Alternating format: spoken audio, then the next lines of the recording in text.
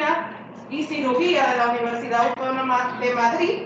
También obtuvo el título de médico especialista en cirugía cardiovascular y torácica y el título de médico especialista en medicina familiar y comunitaria, así como por posición el título de funcionario de carrera Grupo A del Cuerpo de Médicos Titulares del Estado. Es doctor honoris causa en Medicina y Cirugía, aquí en República Dominicana, por la Universidad Central del Este, UCE, y también doctor honoris causa en Medicina e Investigación Biomédica por esta Universidad Católica Nordestana.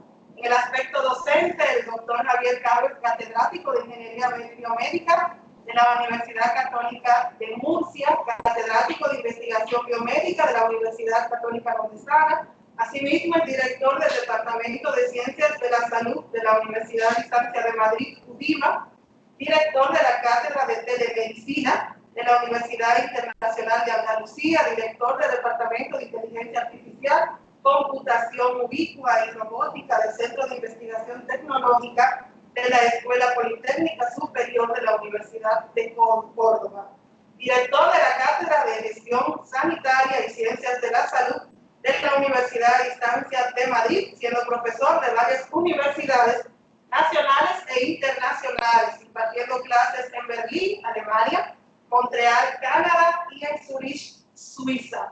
Como ya dije, el doctor Cabo tiene una larga hoja de vida que si leemos, ¿verdad?, nos llevamos bastante tiempo, así que brevemente con estas informaciones de él, pues le damos la más cordial bienvenida y la buenas noches, porque en España son casi las 11 de la noche, así que bienvenido, doctor, y adelante con su interesante conferencia. Muchas gracias a todos. Es para mí un gran placer y un honor poder estar de nuevo en la Universidad Católica Nordestana, en la UCNE, universidad que me acogió en el año 2016, universidad de la que soy, como has dicho, doctor honoris causa y dirijo la Cátedra de Investigación Biomédica, y es un placer estar aquí con todos vosotros. El tema de la conferencia se va a centrar en las nuevas alternativas terapéuticas en el tratamiento de la infección por coronavirus, el SARS-CoV del 2020, el SARS-CoV-2. Este coronavirus, que como vemos a nivel mundial, ha infectado a más de 13 millones de personas, con más de 587.000 muertes, y lo más preocupante es que hay todavía más de 4.900.000 pacientes infectados que son posibles focos de contagio, y de ellos más de 60.000 están en estado serio, grave o crítico. En España, este coronavirus, como es una pandemia, también ha atacado. Llevamos más de 300.000 casos, con más de 28.000 muertos. Y también lo preocupante es que tenemos más de 79.000 pacientes todavía activos infectados, potenciales focos de contagio. Y como vemos aquí, en el día de ayer se produjeron 875 nuevos casos. Es decir, que todavía sigue activo el coronavirus. En la República Dominicana, según Worldometer, hay más de 47.000 casos infectados, con 929 muertes. Y lo que es preocupante es que a nivel logarítmico el número de casos sigue incrementando. Todavía no se ha alcanzado el plató de la curva ascendente, y el número de muertes también se va incrementando, aunque sea de manera por hora lineal. Bien, ¿qué tenemos de nuevos tratamientos del coronavirus? Pues según el Instituto Milken de la Escuela de Salud Pública de la Universidad de George Washington, vemos que hay nada más ni nada menos que en estudio 261 nuevos tratamientos y 179 vacunas que se están intentando desarrollar. Esto implica la necesidad que hay a nivel mundial de buscar un tratamiento. Lo que se está empleando ahora es todo tratamientos empíricos, no hay ningún tratamiento específico y, como todos sabemos, no hay todavía una vacuna específica para este coronavirus. De estas vacunas que se están tratando y de estos tratamientos, como vemos, la mayoría están en fase 2 y en fase 1. Y es muy importante para ver qué tratamientos y qué alternativas puede haber para tratar este coronavirus y tratar la enfermedad, la COVID-19, tenemos primero que conocer al enemigo, conocer qué es este coronavirus.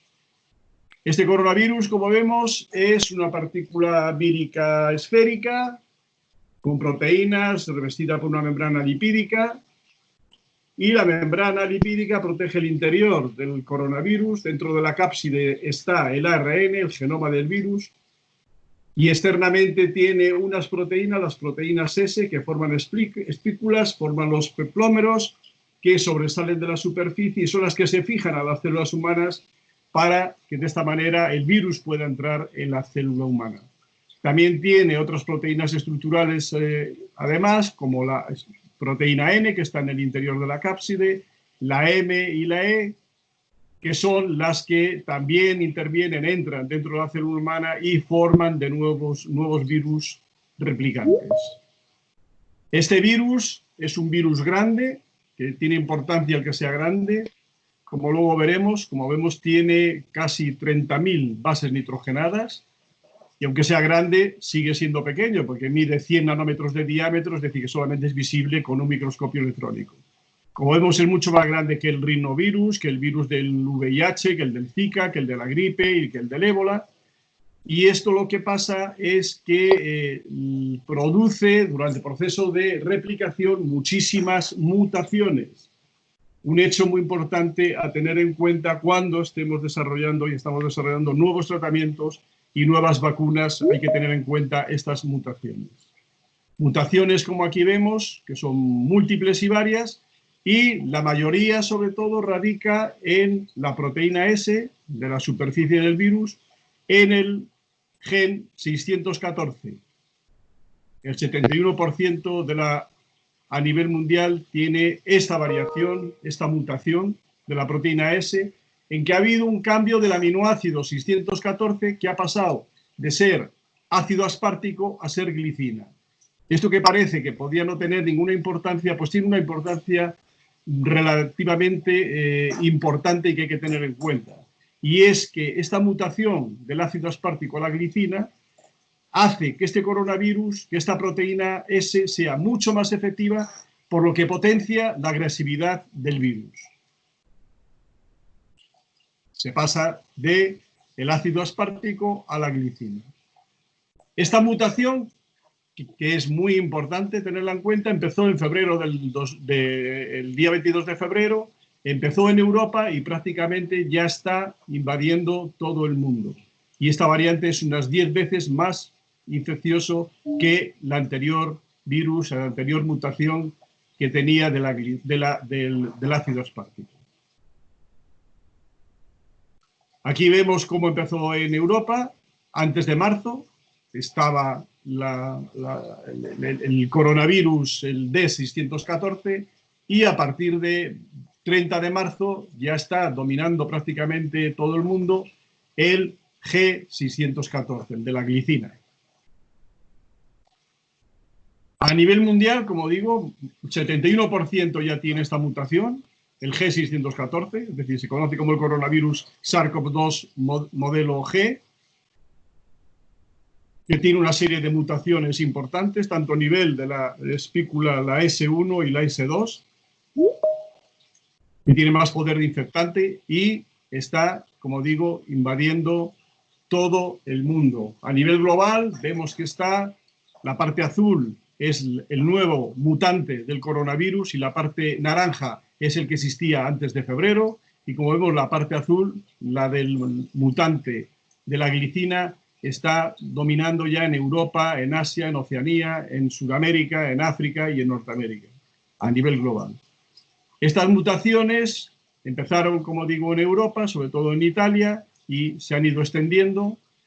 Italia, como vemos en la parte azul, dominante, Francia también, Alemania, España, Reino Unido. ¿Qué pasa en los Estados Unidos? Exactamente lo mismo. Antes de marzo dominaba la variante del coronavirus del ácido aspartico, en el gen 614, y a partir de finales de marzo ya domina el de la glicina, que es mucho más poder infectante que el anterior. En Estados Unidos vemos que en todos los estados domina ya el azul, el G, igual que en Canadá. ¿Qué pasa en Australia? Exactamente lo mismo. Domina también, a partir del 30 de marzo, domina ya la porción de la glicina. En Asia, exactamente igual, tanto en Tailandia como en Hong Kong, como en China. Es decir, que todo el mundo ha cambiado a esta mutación que lo hace mucho más resistente que el coronavirus anterior. Esto hay que tenerlo en cuenta y es muy importante identificar estas mutaciones para rastrear sobre todo la propagación y para poder adaptar los potenciales medicamentos y vacunas a las mutaciones que se vayan realizando. Para ver qué nuevas alternativas terapéuticas podemos tener en el tratamiento de esta infección por coronavirus, hay que conocer primero cómo es el coronavirus por dentro para ver cómo se puede atacar. Después habrá que ver cómo entra el coronavirus a las células humanas para ver cómo se puede bloquear la entrada, si podemos bloquearla. Y posteriormente también tenemos que saber cómo se defiende nuestro cuerpo del coronavirus y de la COVID-19 para poder disminuir la respuesta inflamatoria grave que produce y que es una de las causas más importantes de mortalidad en estos pacientes. ¿Cómo entra el nuevo coronavirus en las células humanas? Sabemos que entra por la proteína S que hemos hablado, que tiene dos partes, la S1 y la S2, y esa proteína S se fija a los receptores AC2, a la enzima convertidora de la angiotensina 2 de las células pulmonares de las tipo 2. Invade las células, sobre todo las células alveolares, y produce las neumonías tan severas, neumonías bilaterales que hemos visto en todos los pacientes. Aquí vemos cómo se hace la fijación de la parte S, de la proteína S que sale de la membrana lipídica y se une con los receptores de la AC2, se une de una manera que necesita una escisión proteolítica que se la va a producir la propia AC2, la propia enzima convertidora de la angiotensina y el factor de necrosis tumoral.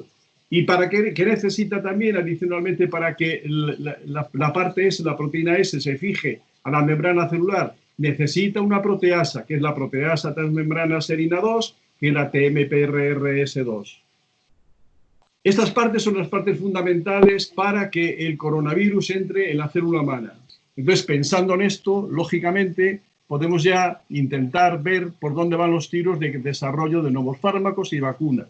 Una sería poder romper la actividad de la proteasa transmembrana serina 2, de la TMRPPS2, para que no se fijara el coronavirus a la membrana, y otra sería poder hacer una réplica en la AC2 para que no pudiera entrar y fijarse la proteína S del coronavirus.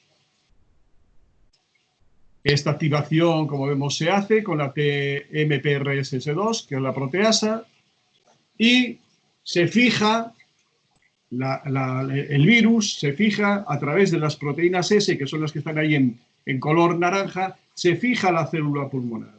¿Y cómo se fija la célula pulmonar? Como dije antes, a través de la proteasa transmembrana serina, que lo que hace es fija la proteína S a la membrana y rompe el pie para que pueda entrar luego y unir la membrana celular a la membrana del coronavirus. El virus se fusiona con la membrana de la célula pulmonar, como vemos aquí esquemáticamente, y el ARN vírico penetra en el interior ya de la célula humana. ¿Cómo se hace esta penetración? Esto se hace mediante una endocitosis dependiente de clatrina, como vemos aquí representada, donde interviene también otra enzima que es la ADAM17, que es la enzima convertidora del factor necrosis tumoral. Es decir, que son factores importantes a tener en cuenta. ¿Cómo entra la célula? Entra por una endocitosis, dependiendo de la clatrina y dependiendo de la ADAM17. Es decir, la endocitosis lo que hace es que permite que el virus entre dentro de la célula, se vacuoliza y funciona mediante dos enzimas, la adaptina y la clatrina. Una vez dentro el virus ya de la célula, el virus incorpora sus genes a los ribosomas para que estos los traduzcan en proteínas y creen de nuevo vesículas biliares, como se ven aquí, perdón, virales. Estas vesículas, el virus dispone de una polimerasa que actúa como una copiadora del ARN y duplica el genoma. Esta polimerasa, como vemos, al ser un virus muy grande, produce muchas copias defectuosas. Lo que pasa es que, como es un virus muy inteligente, tiene un rectificador, tiene otra polimerasa que es la ESO, una EXO-N, que es la que corrige las copias defectuosas que ha realizado.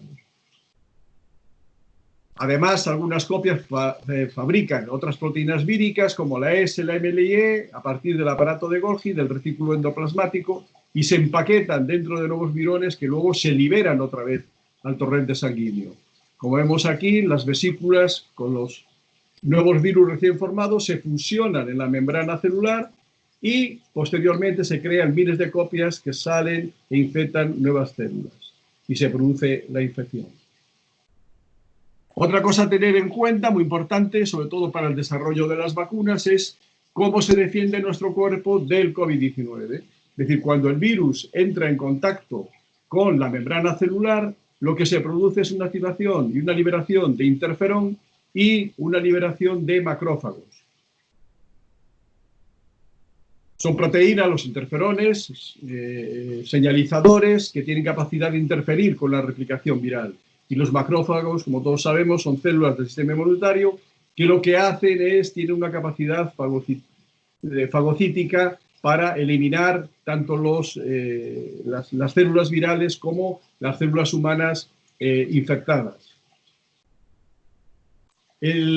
¿Cómo nos defendemos del coronavirus? Nos defendemos de dos maneras. Una, con el sistema inmunitario innato, es decir, que la célula infectada por el coronavirus libera el interferón, que son proteínas que sintetizan moléculas que impiden la entrada de nuevos virus y su replicación, y el interferón también atrae a los macrófagos, como hemos visto antes, para que fagociten todas estas partículas víricas y fagociten la célula que está infectada.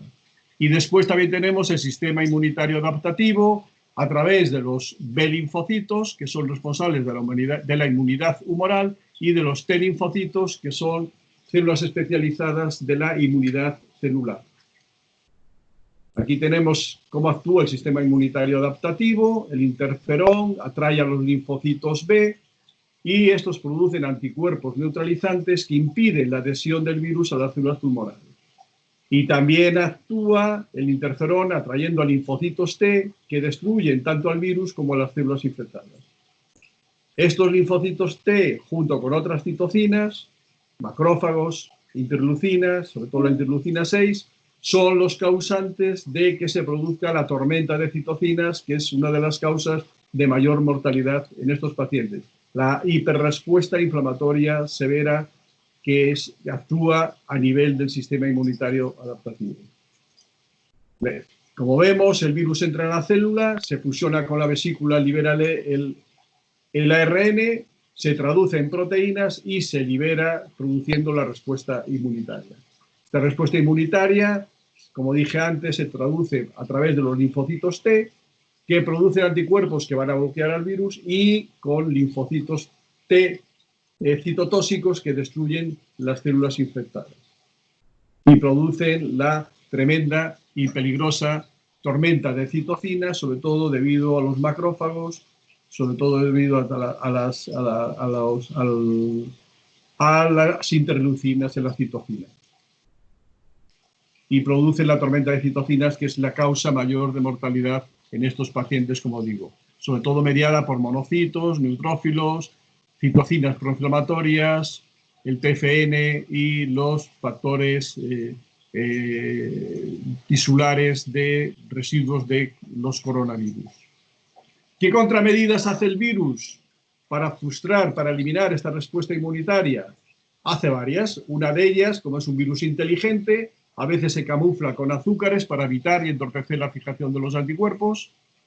Otras veces, unas proteínas específicas del coronavirus lo que hacen es bloquear las proteínas detectoras para degradar el ARN mensajero.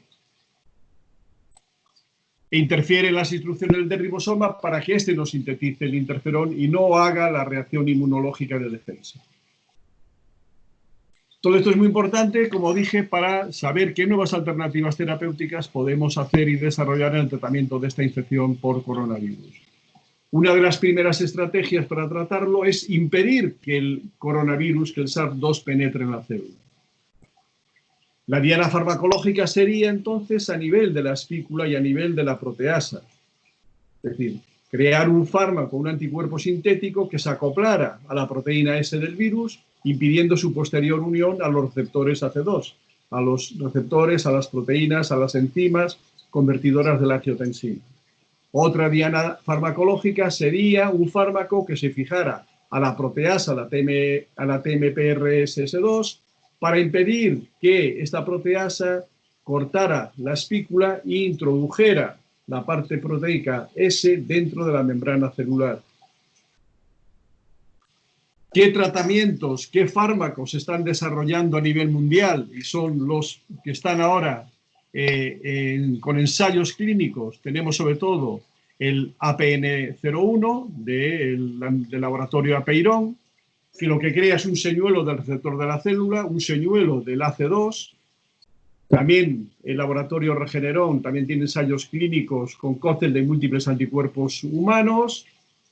Hay anticuerpos monoclonales y también muy importante el laboratorio japonés Takeda, que ya está tratando ahora en fase preclínica anticuerpos modificados con el fármaco que llaman TAC-888. Otra estrategia para tratar la enfermedad, la COVID-19, sería frenar la actividad reproductiva del virus. Antes que lo que vimos es fármacos que impiden que entre el coronavirus. Estos son fármacos que lo que hacen es evitan que, aunque haya entrado el coronavirus, que éste tenga una capacidad reproductiva muy grande, que también se está trabajando en ese campo. Y la diana farmacológica, como vemos, es la ARN polimerasa vírica.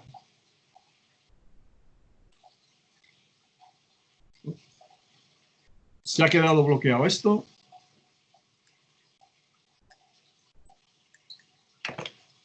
A ver si lo puedo cambiar.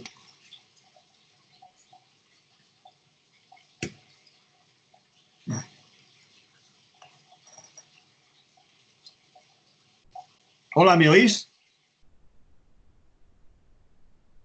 Escuchamos, doctor. Sí, se Sí, pero escucha. se ha quedado, Sí, se escucha. se ha quedado bloqueada la pantalla, no sé por qué. A ver si Humberto puede arreglarlo, porque no sé por qué se ha quedado bloqueada. Pero, doctor, trate de compartir nuevamente. Sí, pero no me deja hacer nada. Es un bloqueo en el computador, entonces. No Sí. puede. A ver ahora. Te dio el corona.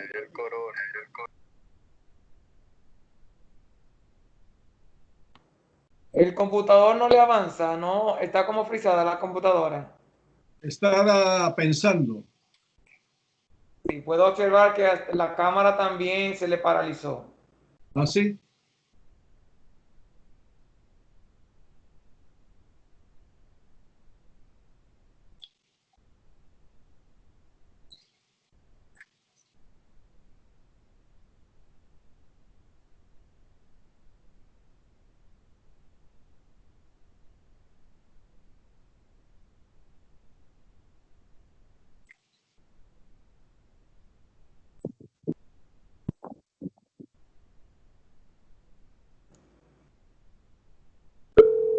A un doctor no le presentan ningún.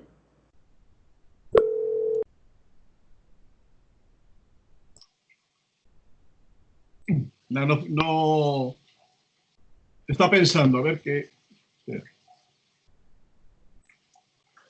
Sí, dime. Sí, parece doctor que su computador se frizó. Sí, está dando vueltas ahí pensando.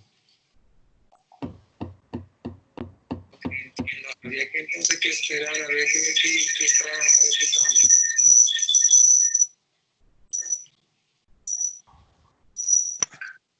lo más factible sería forzarle el apagado de la computadora y que vuelva a integrarse a la videollamada.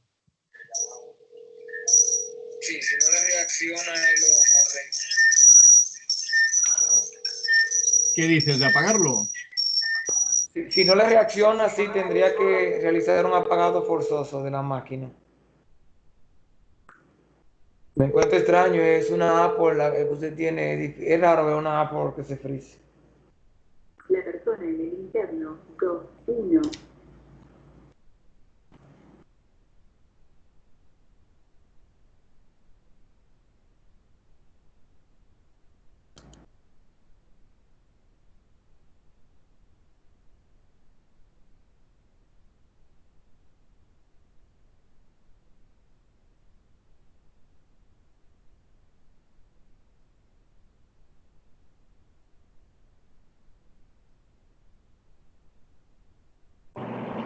Como ya escucharon, el doctor entonces va a intentar nuevamente entrar, así que vamos a esperar unos minutos para que él se reintegre.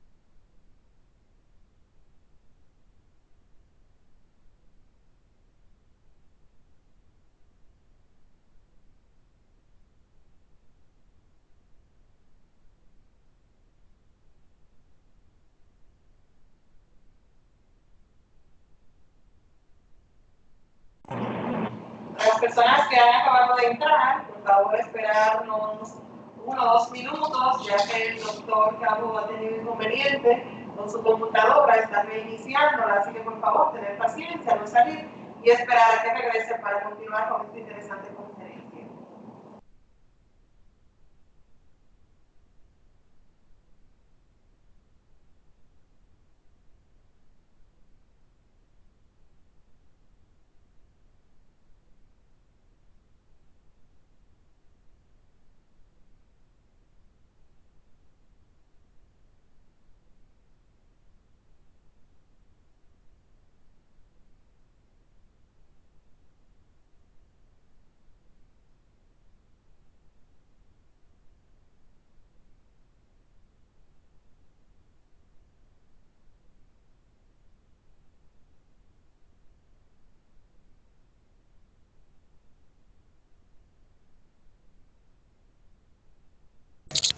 Deja eso, tú. No quieres cambiar de ahí. Tú. Si está en casa de